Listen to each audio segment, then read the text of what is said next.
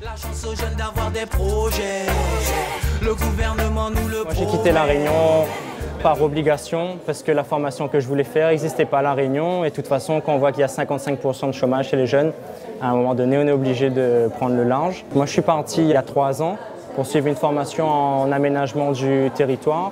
Ma formation était à Aix-en-Provence, donc au niveau du climat et tout, bon, c'était une adaptation plus facile. Et après l'arrivée sur Paris, là, ça a vraiment été le choc, on va dire, au niveau environnemental, également culturel, climatique. C'était compliqué, mais à côté de ça, être à Paris, c'est vraiment bénéficier de beaucoup d'opportunités en termes d'accès à la culture, en termes de voyage, en termes de formation, etc.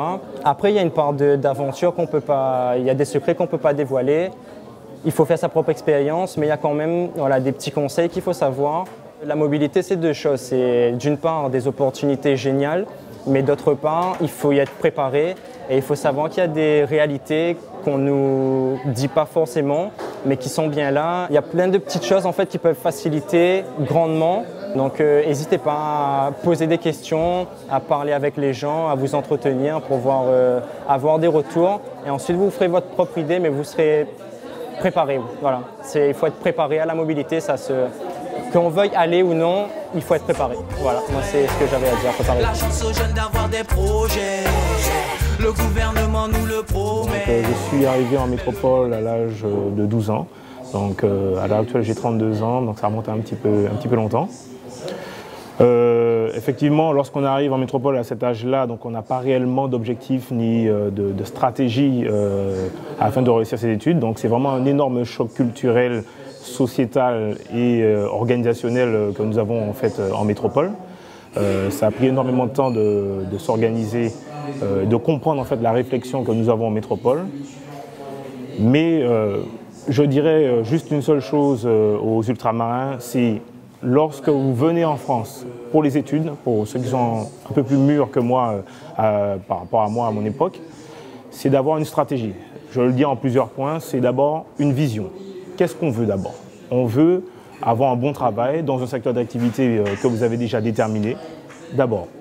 Donc le contexte dans lequel vous êtes étudiant, vous n'avez pas encore votre examen, vous êtes encore aux Antilles. Regardez vraiment dans quelle situation vous êtes. Vous n'avez pas soit le financement, vous n'avez aucun contact en métropole, le logement, toutes ces choses-là. Il faut vraiment planifier, déterminer le contexte dans lequel vous êtes. Ensuite, les objectifs. Quel est votre objectif? Vous voulez avoir ce poste-là, qu'est-ce qu'il faut pour que vous l'ayez? Donc à ce moment-là, vous passez vos différents diplômes.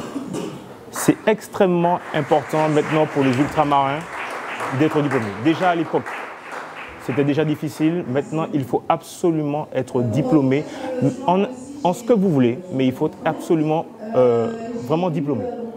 Il faut avoir surtout une culture du résultat. C'est-à-dire, on a 2, 3 ans, 4 ans, 5 ans, voire 8 à passer. On se dit à chaque étape, où est-ce que j'en suis? Il faut absolument avoir cet objectif-là. Je vous dirais qu'une seule chose, je suis un autodidacte, à titre d'exemple. J'étais pas du tout prédestiné à devenir ce que je suis, ou ce que je vais d'ailleurs. À l'heure actuelle, juste pour donner un ordre d'idée, j'ai fait plutôt une filière technique. Et à l'heure actuelle, je suis diplômé maintenant de la plus puissante école de commerce française en Executive Education qui s'appelle l'ESSEC. Donc, je dirais juste une seule chose, c'est à la portée de tout le monde. Simplement, il faut avoir une seule chose, c'est la volonté et la détermination. Il n'y a pas autre chose que ça. Si on veut quelque chose, on ne laisse personne s'arrêter, il faut aller le chercher. On ne va pas vous le donner. On ne va pas vous le donner, il faut juste le prendre. Demandez, très bien, si on vous le donne, tant mieux. Mais sinon, si on ne vous le donne pas, prenez-le. C'est tout ce que j'aurais à dire. La chance aux jeunes d'avoir des projets. Le gouvernement nous le promet. Donc moi, je suis sur Paris depuis déjà 3 ans. Je suis venu de La Réunion pour faire mes études supérieures. Après donc avoir eu mon bac et fait ma prépa, je suis venu dans une école d'ingénieur. J'ai pas eu vraiment le choix vu qu'à La Réunion, on manquait justement, quand je suis parti, de dispositifs qui me permettent de réussir dans ce que je souhaite faire plus tard. Donc on est amené à venir sur Paris par obligation. On ne choisit pas forcément la ville où on va, c'est vraiment par rapport à nos résultats. Arrivé sur Paris, ce qui m'a le plus choqué, c'était de passer à un climat qui était quand même assez rude parce qu'il faisait chaud et qu'on arrive et qu'il fait tout d'un coup assez froid, même si on n'est qu'en automne. Mais ce que je donnerais en tout cas comme conseil aux Réunionnais par rapport au climat, c'est vraiment de ne pas avoir peur parce qu'on s'adapte assez facilement. Enfin, il ne faut pas hésiter d'aller vers les autres surtout pour savoir comment faire, comment s'en sortir. Il ne faut pas rester chez soi tout seul parce que c'est justement là qu'on va commencer à déprimer. Et il faut savoir que quand on arrive sur Paris, on n'est pas tout seul. Il y a plein de personnes, comme là par exemple aujourd'hui, qui sont venues témoigner justement pour vous dire que nous sommes là, nous sommes présents. Enfin, il ne faut pas hésiter à prendre contact avec nous, à demander de l'aide, à bouger surtout, à sortir. Vu la proximité en fait de tous les pays aux alentours, il faut savoir que sur Paris, au final, il y a peut-être plus d'étrangers que de Parisiens eux-mêmes, donc on n'est pas tout seul, il y a des Espagnols, il y a des Chinois, enfin bref, on peut rencontrer vraiment vachement de monde, on peut s'y plaire justement. Et puis la Réunion au final, même si c'est à 10 000 km, c'est pas si loin, il y a des aides qui sont là pour nous aider à rentrer chez nous, à revenir, enfin, je veux dire qu'il faut pas laisser ce manque nous envahir et nous dire qu'on va pas réussir, quoi. Faut vraiment avoir la volonté, il faut pas abandonner, il faut pas lâcher. La chance aux jeunes d'avoir des projets. Le gouvernement nous le promet. Ce que je dirais tout d'abord, c'est de pouvoir s'assurer de pouvoir compter sur quelqu'un. Donc souvent on vient seul et on peut se retourner vers des associations comme l'OCI par exemple. Mais pour ça, il faut savoir qu'elles existent. À mon avis, le premier conseil à donner, c'est de s'y prendre bien en amont avant de partir. Dès la seconde, se renseigner sur sa voie, se renseigner sur les structures vers lesquelles on peut se retourner et sur le support qu'on peut avoir dans diverses démarches. Il faut être préparé à vivre une nouvelle vie, selon moi. Être préparé au froid, aller à la rencontre des gens, ne pas se contenter de rester entre ultramarins. Ce qui est sûr aussi, c'est qu'il faut être préparé à ce que les gens ne sachent pas d'où on vient. Et essayer de dire aussi d'où on vient, ça permet d'être mieux accepté souvent. Et de cette façon, on fait beaucoup de rencontres enrichissantes et de personnes de toutes origines, puisque en France, il y a vraiment un gros melting pot qui est souvent enrichissant. Comme message d'encouragement, ce serait vraiment de ne pas hésiter à venir ouvrir son esprit, à venir apprendre d'autres choses et à venir se nourrir des richesses qu'on peut trouver dans d'autres parties du monde. Dans le meilleur des cas, réinvestir tout ça dans notre pays pour pouvoir travailler à ce que notre pays avance, faire la jeunesse avancer. La chance aux jeunes d'avoir des projets. Le gouvernement nous le promet. En fait, pour tous les jeunes étudiants qui arriveront bientôt, ce que j'aurais à leur dire, c'est vraiment de ne pas se laisser effrayer par que ce soit les conditions climatiques, les personnes qui sont autour d'eux, le changement de mentalité aussi, de vraiment d'y aller, mais vraiment d'y aller à fond, de ne pas avoir peur, parce qu'en fait, dans la vie, on se trompe. Et c'est en tombant qu'on apprend le plus de choses. Donc n'ayez pas peur d'aller vers les gens. Pour mon cas personnel, j'ai fait une école d'ingénieur étant une fille, donc c'est encore plus compliqué. L'erreur que j'ai faite au départ, c'est vraiment de rester avec des personnes qui étaient de la même prépa que moi en fait, la prépa de Bainbridge. Donc je pense que vraiment il faut aller vers les autres. Ils n'ont pas forcément la même mentalité, la même manière de voir les choses que nous, mais ils ont énormément de choses à nous apprendre. Donc on n'écoute pas forcément la même musique, c'est clair, on ne mange pas forcément la même chose, c'est clair, mais vraiment le conseil que j'aurais à donner, c'est aller vers les autres, poser des questions, demander, aucune question n'est bête. Et en termes de tout ce qui est logement, c'est vraiment de vous y prendre à l'avance. Donc dès que vous savez dans quelle université, dans quelle école vous allez, commencez à chercher sur Internet parce qu'il y a énormément de sites qui sont accessibles et qui vous donneront des informations. Et de ne pas hésiter à contacter des associations, je pense, comme OCI, qui peuvent donner des informations intéressantes. Ensuite, au niveau des études en elles-mêmes, il y a la partie études, il y a la partie amusement. Parce qu'il faut s'amuser, ça c'est clair et net. Moi, je ne vais pas vous dire de ne pas vous amuser, mais restez vraiment concentré sur votre objectif. Et il n'y a aucune raison que ça ne marche pas. C'est difficile. La première année est difficile, la deuxième année est difficile, toutes les années sont difficiles, mais il y en a qui ont réussi, pourquoi pas vous? La chance aux jeunes d'avoir des projets, le gouvernement nous le promet. En quelques mots et quelques conseils pour les futurs étudiants et les nouveaux arrivants, je voudrais dire une chose, la préparation. La préparation, effectivement, c'est la base de tout projet de mobilité. Se préparer, en quoi ça consiste? D'abord à s'informer.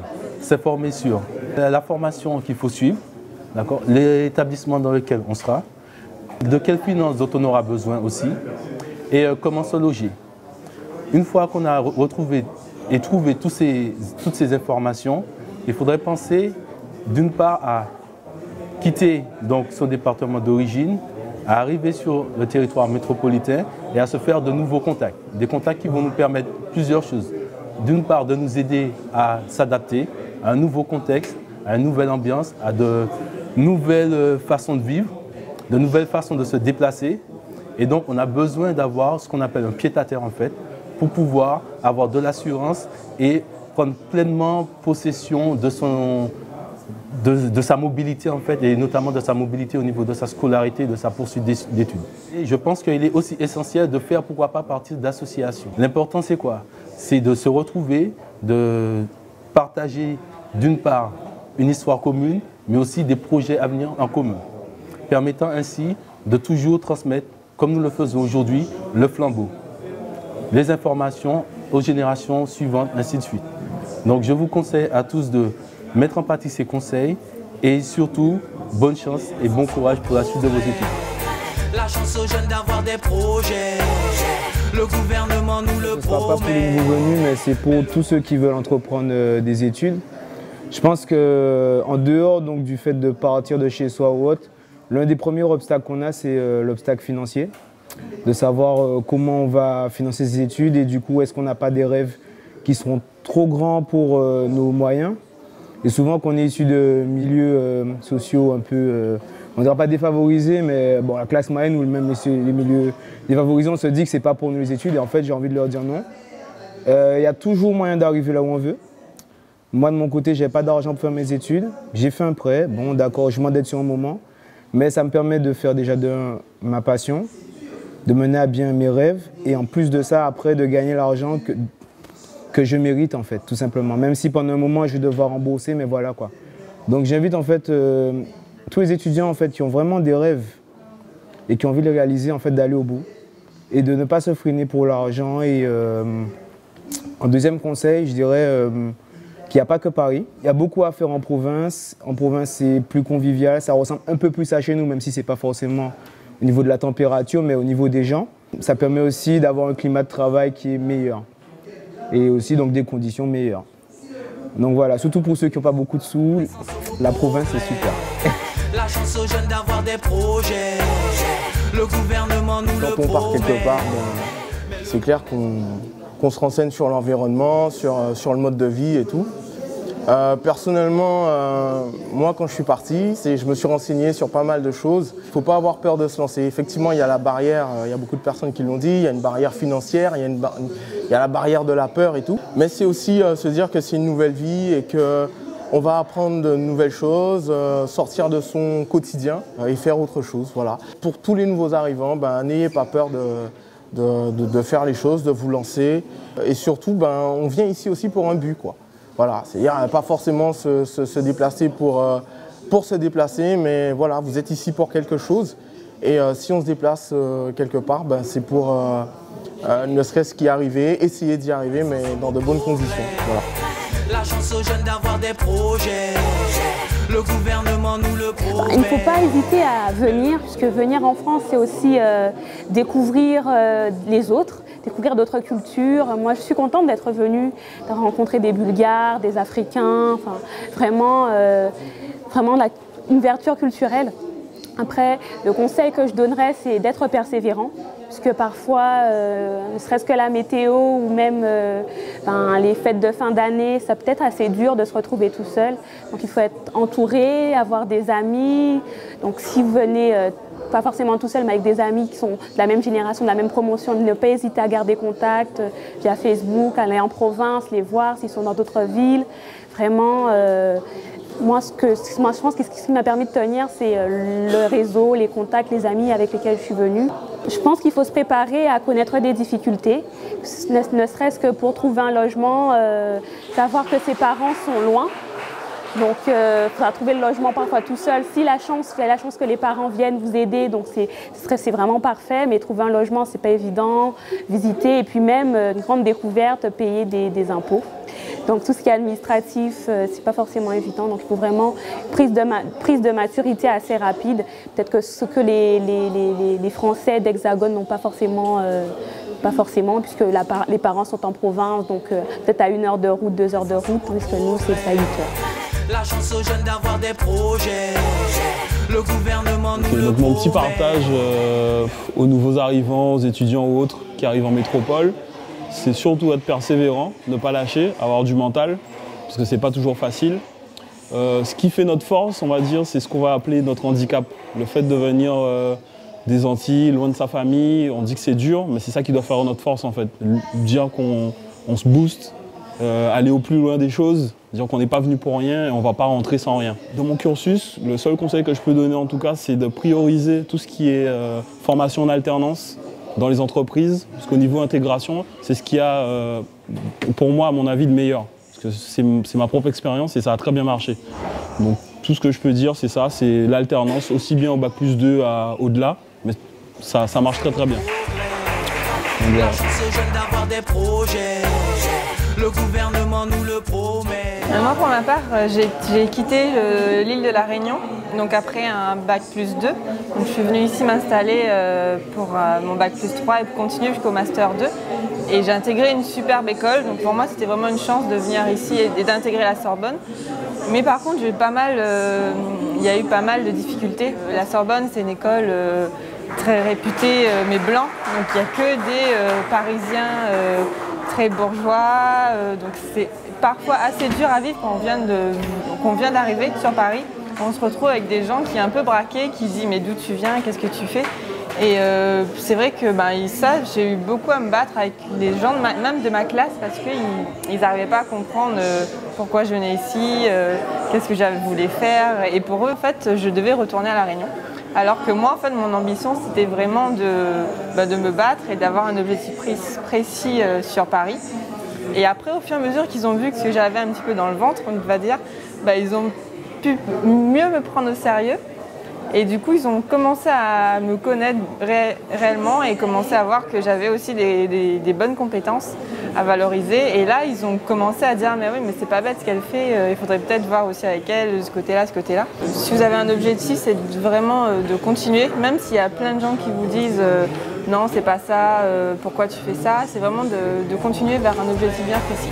La chance aux jeunes d'avoir des projets. Le gouvernement nous Alors moi, ce que je pourrais conseiller pour les jeunes, c'est surtout d'aller au bout de leur objectif, de s'accrocher parce qu'il y a beaucoup de situations qui ne sont pas forcément faciles. On peut tomber sur des gens parfois qui n'aiment pas notre fonctionnement, mais moi, je me suis adapté quand même par rapport à tout ça. J'ai ma famille qui m'accompagne aussi de temps en temps, même s'ils sont loin, mais ils m'appellent souvent au téléphone, ils me donnent des conseils pour m'accrocher et tout. Mais surtout pour ceux qui viennent poursuivre le même chemin ou différemment, de s'accrocher vraiment fort. Certains jeunes ont des bons amis aussi, de s'accrocher, mais vraiment des bons amis, parce que ça sert aussi pour s'entraider, même mentalement. Et puis voilà. La chance aux jeunes d'avoir des projets. Le gouvernement nous le promet. Moi, quand je suis arrivé, j'étais un peu... Paris, ça me faisait un peu peur. Et donc, ce qui m'avait rassuré, c'était de rencontrer des Réunionnais qui étaient déjà installés, qui avaient déjà réussi. Et donc, ils m'ont plus rassuré sur le cas, ce qu'ils sont devenus. Et donc, au-delà de cela, j'ai eu des petites anecdotes, bien sûr. Je suis arrivé dans le métro, je ne savais pas c'était quoi. Je voyais plein de lignes de métro partout. Je me disais, comment on fait pour circuler là-dedans? Ensuite, j'ai pu rencontrer des difficultés pour le logement et tout. J'ai payé des agences près de 400 € pour juste avoir une liste de personnes à contacter. Donc ça, très bon conseil, je vous déconseille de faire ça parce que ça sert vraiment à rien. Moi, de La Réunion, j'ai utilisé des personnes que je connaissais pour me recommander du monde qui connaissait d'autres mondes. Donc là, c'est du bouche-oreille. Il ne faut pas hésiter à utiliser ce bouche-oreille. Et un autre conseil aussi, c'est rester focalisé sur vos objectifs. Ça, c'est très important. Pourquoi vous avez quitté votre île et vous êtes venu en France? Parce que vous avez un but bien précis. Soit parce que vous voulez faire plaisir à vos parents, soit parce que vous voulez réaliser un rêve que vous avez tout au fond de vous. Et donc, vous avez fait le pas de venir en France métropolitaine pour réaliser ce rêve-là. Donc, je vous conseille de ne pas lâcher et de continuer là-dedans. Donc, merci et bonne réussite à vous. La chance aux jeunes d'avoir des projets. Le gouvernement nous le promet. Écoute, moi je pense que quand tu pars des Antilles après ton bac et que tu arrives sur Paris ou ailleurs dans une ville de province, ce qu'il faut surtout c'est se préparer beaucoup avant, autant sur tout ce qui est logement, l'université, le type d'études que tu veux faire pour vraiment savoir ce que tu veux fondamentalement et pas partir un peu à l'aventure en se disant qu'on va sur le continent pour faire des études, c'est une chose. Et puis garder surtout à l'esprit une dynamique de travail. En fait, tu es vraiment là pour investir pour ton futur. Et donc fais les bons choix dès le début et tiens-toi à ce que tu as prévu, quoi. Bon, après, il peut y avoir des revers ou des échecs, apprends à rebondir, mais juste vraiment anticipe. Et voilà, anticipation et préparation, clairement. Là, écoute, je suis étudiant en dernière année en master à l'École nationale d'assurance. J'ai commencé mes études donc à la Défense, mais j'ai commencé mes études en province, dans une ville à taille humaine, à Amiens. Donc j'ai fait une licence d'histoire et une licence de sciences politiques. Et donc du coup, l'avantage comparatif de commencer ses études sur une ville à taille humaine, c'est que tu as tout à portée de main. Et donc l'idéal, c'est de commencer, à mon sens, quand tu viens des Antilles, de commencer dans une ville provinciale. Vraiment, encore une fois, une ville à taille humaine où tu peux prendre tes marques en tant qu'étudiant et par la suite essayer, à mon sens, d'aller sur une place intéressante pour faire un master et potentiellement avoir un travail de qualité. La chance aux jeunes d'avoir des projets.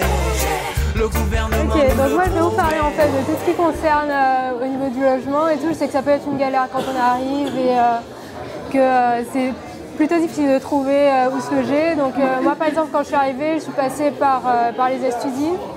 En fait, donc c'est un système de logement pour les étudiants et c'est plutôt facile d'accès parce que je sais que pour avoir cherché un logement hors des Estudines par la suite, je sais que c'est vraiment beaucoup, c'est très galère, j'ai été obligée de passer par une agence, donc je sais que effectivement passer par les Estudines pour commencer, ça peut être pas mal. Donc tu prépares ton dossier, ça se passe assez vite en général, tu es cerné assez vite s'il y a de la place, etc. Ils ne te demandent pas beaucoup de... Il n'y a pas beaucoup de contraintes en fait pour y accéder et je pense que ça peut être un bon début quand tu arrives en France. Donc, et je sais que par rapport à l'école ou l'université dans laquelle tu vas, certains étudiants ont des partenariats en fait, ils savent que c'est bon, ils sont à côté d'une telle école, donc il suffit de dire que tu es dans cette école-là, tu présentes ton dossier et là ils seront plus enclins à t'accepter, donc je pense que ça peut être pas mal. Et je sais qu'il y a ne serait-ce que la CAF qui va pouvoir t'aider à payer ton loyer.